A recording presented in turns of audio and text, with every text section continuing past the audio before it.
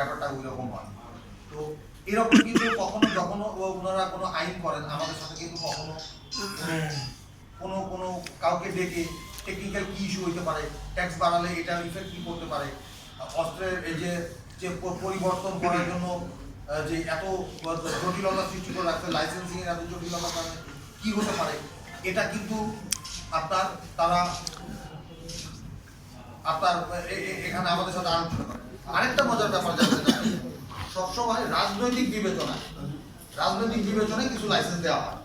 হ্যাঁ, কিছু হলেই বলে যে ওই ইলেকশন হলে অস্ত্র সবগুলো তুলে দাও।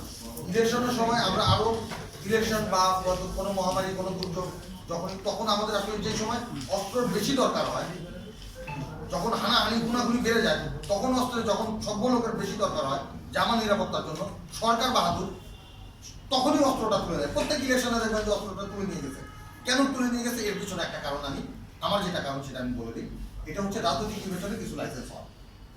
হ্যাঁ, ওই লাইসেন্স গুলার কারণে তারা সবসময় আতঙ্কে থাকে যে এইগুলো আবার কোনো রাজনৈতিক কোনো আপনার কোনো প্রোগ্রামে না ব্যবহার হয়। সেই কারণে সাধারণ লাইসেন্স হোল্ডার যারা, এদের অস্ত্রের সংখ্যাই কিন্তু বেশি।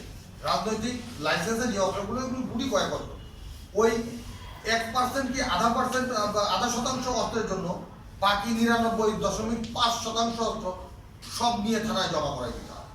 এবং এইটার জন্য যখন আমার অস্ত্রের বেশি দরকার, দুর্যোগের সময় আমার অস্ত্রের বেশি দরকার, আপনি জানেন 2024-এর সেপ্টেম্বর মাসে আমাদের কাছ থেকে অস্ত্র নিয়ে গেল, যখন মোহাম্মদপুরের মতো জায়গায় ডাকাতি, চিন্তায়, রাজনীতি প্রকাশ্যে চলছে সারা বাংলাদেশে, ওই সময় আমাদের নিরস্ত্র করে দেওয়া হলো।